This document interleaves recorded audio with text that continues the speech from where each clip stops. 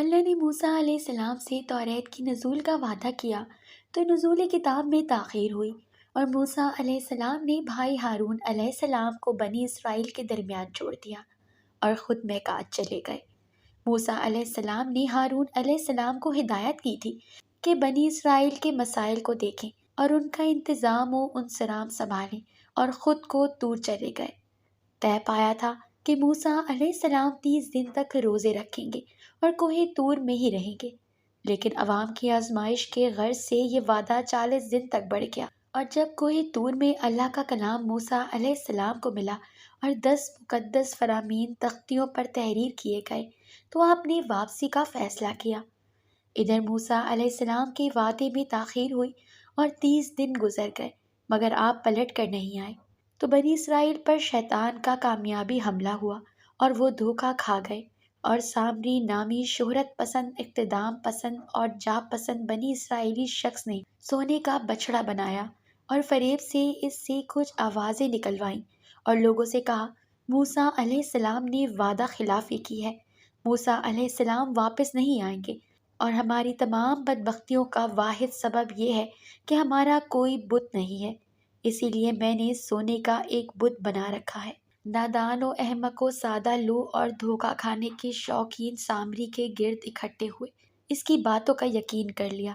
اور بت پرستی میں مصروف ہوئے۔ موسیٰ علیہ السلام واپس پلٹ آئے تو فضا الہی نہیں تھی، ہر سو سامری اور اس کے بنائے ہوئے بت کا چرچا تھا،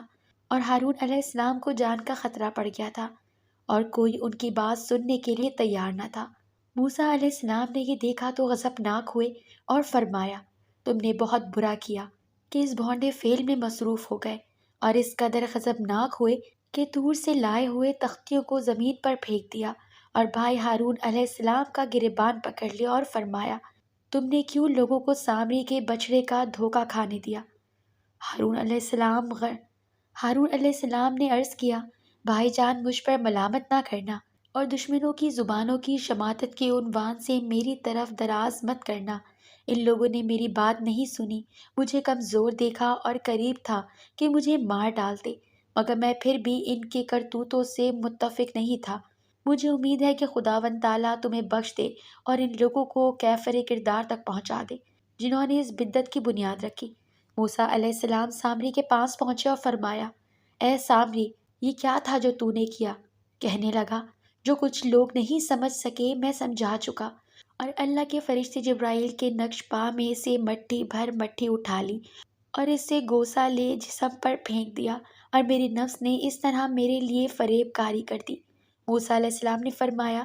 تم چلے جاؤ، تیری زندگی کا انجام یہ ہوگا کہ جو بھی تیرے قریب آئے تو اس سے کہہ دے کہ مجھے چھونا مت، اور تیرے لیے ایک وعدہ گاہ ہوگی ٹل نہیں سکے گی، اور اب تو اپنے معبود کو دیکھ لینا جس سے تو مسلسل چھپتا رہتا تھا، ہم اسے ضرور جلا ڈالیں گے اور اس کی راکھ کو دریا برد کریں گے۔ اور ہاں، موسیٰ علیہ السلام نے اس بچڑے کو جلا کر راکھ کر دیا اور سمندر میں بہایا، اور ایک عذاب سامری کے اوپر نازل ہوا کہ آخر عمر تک جو بھی اسے ہاتھ لگاتا شدید بخار میں مبتلا ہو جاتا تھا۔ پاس از سورہ اعراف و سورہ طٰ، آیت نمبر 95 سے 98۔ کچھ زیادہ معلومات سب کے پاس نہیں ہے، چنانچہ کوشش کی ہے کہ سامری اور اس کے بچڑے کے بارے میں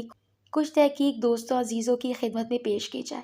امید کرتے ہیں آپ کو ہماری آج کی ویڈیو پسند آئی ہوگی۔ اگر آپ کو ہماری آج کی ویڈیو پسند آئی تو ہمارے چینل کو لائک، سبسکرائب اور شیئر کرنا مت بھولیے گا۔ ملتے ہیں اگلی ویڈیو کے ساتھ، جب تک کے لیے اجازت دیجیے، اللہ حافظ۔